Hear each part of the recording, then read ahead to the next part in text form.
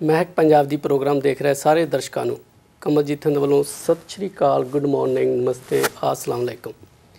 ਅੱਜ ਸਾਡੇ ਸਟੂਡੀਓ ਵਿੱਚ ਪ੍ਰਸਿੱਧ ਗਾਇਕਾ ਅਤੇ ਐਕਟਰੈਸ ਮਿਸ ਪੂਜਾ ਜੀ ਆਏ ਹਨ। Welcome to our studio Miss Pooja ji. Thank you so much ਜੀ। ਤੇ ਮਹਿਕ ਪੰਜਾਬ ਦੀ ਵੇਖ ਰਹੇ ਸਾਰੇ ਦਰਸ਼ਕਾਂ ਨੂੰ ਮੇਰੇ ਵੱਲੋਂ ਪਿਆਰ ਭਰੀ ਸਤਿ ਸ਼੍ਰੀ ਅਕਾਲ।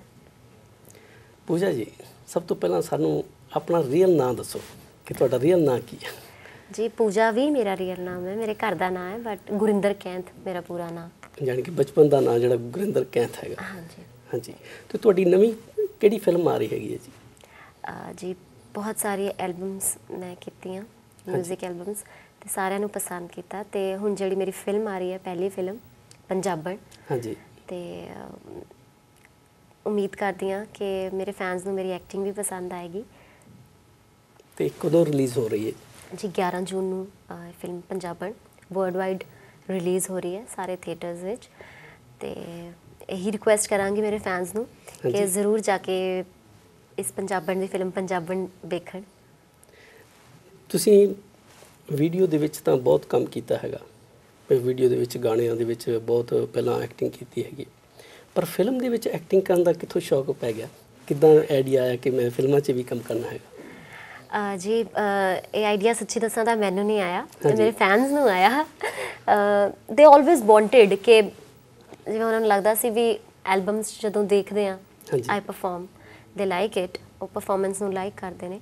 ਸੋ ਉਹਨਾਂ ਨੂੰ ਹਮੇਸ਼ਾ ਸੀ ਕਿ ਮੈਂ ਐਕਟਿੰਗ ਕਰਾਂ। ਤੇ they always asked me to be on big screen, ਕਿ ਮੈਂ ਫਿਲਮਾਂ 'ਚ ਕੰਮ ਕਰਾਂ। ਸੋ ਬਿਗਨਿੰਗ 'ਚ ਤਾਂ ਮੈਨੂੰ ਲੱਗਦਾ ਸੀ ਕਿ ਮੈਂ ਨਹੀਂ ਕਰ ਸਕਦੀ। ਫਿਰ ਹੌਲੀ ਹੌਲੀ ਜਦੋਂ ਇਸ ਫਿਲਮ ਦੀ ਸਟੋਰੀ ਮੈਨੂੰ ਸੁਣਾਈ ਗਈ ਪੰਜਾਬਣ ਦੀ, ਉਦੋਂ ਤੱਕ ਮੇਰਾ ਥੋੜ੍ਹਾ ਮੂਡ ਬਣ ਗਿਆ ਸੀ। ਤੇ ਸਟੋਰੀ ਮੈਨੂੰ ਬਹੁਤ ਅੱਛੀ ਲੱਗੀ। ਫਿਰ ਜਿਹੜੇ ਡਾਇਰੈਕਟਰ ਨੇ ਗੌਰਵ ਤ੍ਰਿਹਨ ਜੀ, ਉਹਨਾਂ ਦੀ ਪਿਛਲੀ ਫਿਲਮ ਹਸ਼ਰ ਸਾਰਿਆਂ ਨੇ ਬਹੁਤ ਪਸੰਦ ਕੀਤੀ। So I was like I am in safe hands.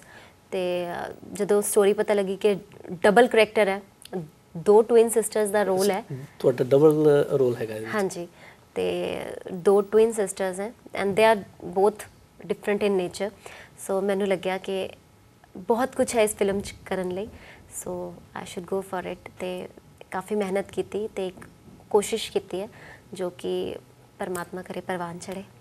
ਇਸ ਫਿਲਮ ਦੀ ਸਟੋਰੀ ਕਿਸ ਬੇਸ ਹੈਗੀ ਹੈ ਜੀ? ਜਿਵੇਂ ਦੱਸਿਆ ਕਿ ਟਵਿਨ ਸਿਸਟਰਸ ਦਾ ਰੋਲ ਹੈ ਮੇਰਾ, ਤੇ ਪੰਜਾਬਣ ਐਜ਼ ਅ ਨਾਮ ਸੇ ਪੰਜਾਬਣਾਂ ਦੀ ਕਹਾਣੀ ਹੈ। ਸੋ ਦੇ ਆਰ ਨੋਟ ਪੰਜਾਬਣ ਲਾਈਕ ਕੱਪੜਿਆਂ ਤੋਂ ਪੰਜਾਬਣ ਨਹੀਂ ਹੈ, they are Punjaban by their values, by their culture. ਉਹ ਕਲਚਰਡ ਜਿਹੜੀ ਸਾਡੀ ਪੰਜਾਬੀ ਫੈਮਿਲੀਜ਼ ਕੀ ਵੈਲਿਊਜ਼ ਹੁੰਦੀਆਂ, ਕਿਵੇਂ ਉਹ ਆਪਣੇ ਕਲਚਰ ਨੂੰ ਸੰਭਾਲ ਕੇ ਰੱਖਦੀਆਂ। ਦੋਨਾਂ ਦਾ ਪੁਆਇੰਟ ਆਫ ਵਿਊ ਲਾਈਫ ਦਾ ਬਿਲਕੁਲ ਡਿਫਰੈਂਟ ਹੈ।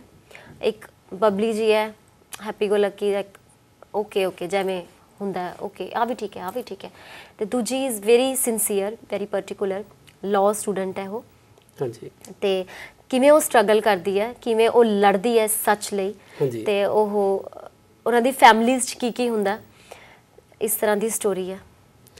ਜਿਵੇਂ ਆਮ ਆਪਣੇ ਪੰਜਾਬੀ ਪਰਿਵਾਰਾਂ ਦੇ ਵਿੱਚ ਕੁੜੀਆਂ ਨੂੰ ਗਾਇਕੀ ਜਾਂ ਫਿਲਮਾਂ ਵਿੱਚ ਕੰਮ ਕਰਨ ਲਈ ਬਹੁਤਾ ਪਸੰਦ ਨਹੀਂ ਕੀਤਾ ਜਾਂਦਾ, ਪੇਰੈਂਟਸ ਬਹੁਤ ਚੰਗਾ ਨਹੀਂ ਸਮਝਦੇ। ਤੁਹਾਡੇ ਪਰਿਵਾਰ ਵੱਲੋਂ ਕਿਹੋ ਜਿਹਾ ਸਹਿਯੋਗ ਮਿਲਿਆ?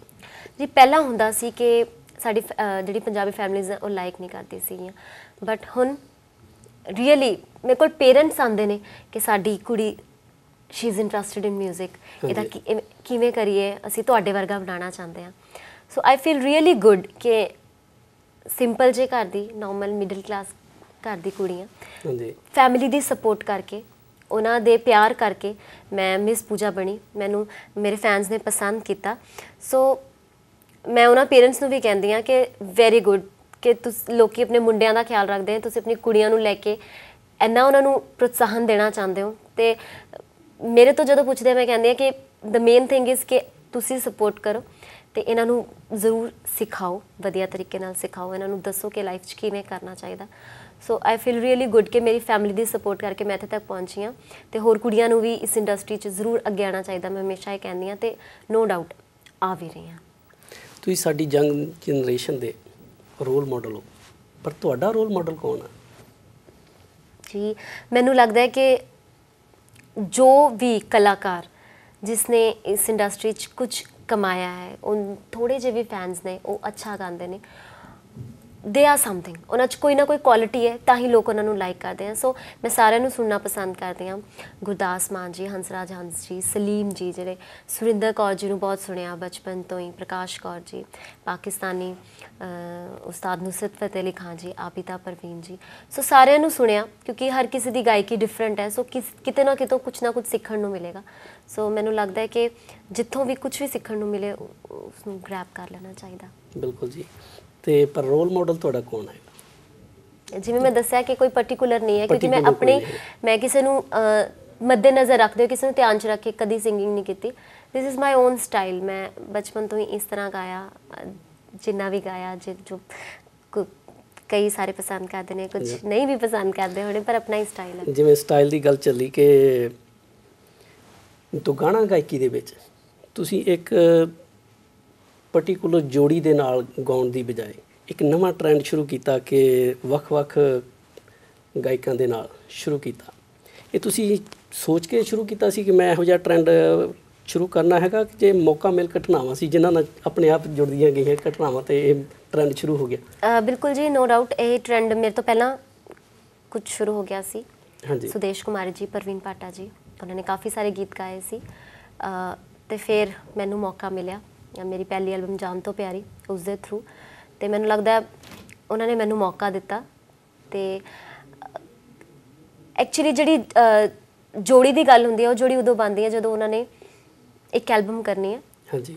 ਤੇ ਉਸ ਤੋਂ ਬਾਅਦ ਸਟੇਜ ਤੇ ਪਰਫਾਰਮ ਕਰਨਾ ਹੈ ਇਕੱਠੇ। ਹਾਂਜੀ। And I was not like interested in like ਵਿਆਹ ਸ਼ਾਦੀਆਂ ਦੇ ਸ਼ੋਜ਼। ਮੇਰਾ ਉਹਨਾਂ ਨਹੀਂ ਸੀ ਇੰਟਰਸਟ ਕਿ ਮੈਂ ਲਾਈਵ ਪਰਫਾਰਮੈਂਸਿਸ ਕਰਾਂ, ਮੇਰਾ ਸੀ ਕਿ I want to be playback singer. ਹਾਂਜੀ। ਤੇ ਉਸੇ ਤਰ੍ਹਾਂ ਨੂੰ ਮੱਦੇਨਜ਼ਰ ਰੱਖਦੇ ਹੋਏ ਉਸ ਟਾਈਮ ਇਹ ਟ੍ਰੈਂਡ ਹੀ ਚੱਲ ਪਿਆ ਕਿ ਡਿਊਟ ਸਿੰਗਿੰਗ ਦਾ। ਇਹ ਬਹੁਤ ਵਧੀਆ ਗੱਲ ਹੈ ਕਿਉਂਕਿ ਹਮੇਸ਼ਾ ਹੁੰਦਾ ਸੀ ਕਿ ਮੁੰਡੇ ਦਾ ਨਾਂ ਆਉਂਦਾ ਸੀ, ਕੁੜੀ ਕੌਣ ਹੈ, nobody bothers, but it's so good ਕਿ ਜਿੰਨੀਆਂ ਵੀ ਫੀਮੇਲਸ ਅੱਗੇ ਆਈਆਂ, ਗੁਰਲੇਜ਼ ਅਖਤਰ ਜੀ, ਸੁਦੇਸ਼ ਕੁਮਾਰੀ ਜੀ, ਪ੍ਰਵੀਨ ਪਾਟਾ ਜੀ, ਜਾਂ ਹੋਰ ਵੀ ਸਾਇਰਾ ਖਾਨ ਜੀ, ਤੇ ਮੁੰਡੇ ਚੇਂਜ ਹੁੰਦੇ ਗਏ ਤੇ ਗਰਲਸ ਕਿ ਲੋਕੀ ਐਲਬਮ ਲੈਂਦੇ ਕਿ ਓਕੇ ਮਿਸ ਪੂਜਾ ਦੀ ਨਵੀਂ ਐਲਬਮ ਆਈ ਹੈ। ਸੋ ਆਈ ਫੀਲ ਰੀਅਲੀ ਗੁੱਡ ਕਿ ਉਹ ਬਸ ਸਟੇਜ ਸ਼ੋ ਨਹੀਂ ਕਰਨ ਕਰਕੇ ਮੈਂ ਕੋਈ ਪਰਟੀਕੂਲਰ ਜੋੜੀ ਨਹੀਂ ਬਣਾਈ, ਔਰ ਇਸੇ ਤਰ੍ਹਾਂ ਦਾ ਟ੍ਰੈਂਡ ਵੀ ਸੀਗਾ। ਠੀਕ ਹੈ ਜੀ।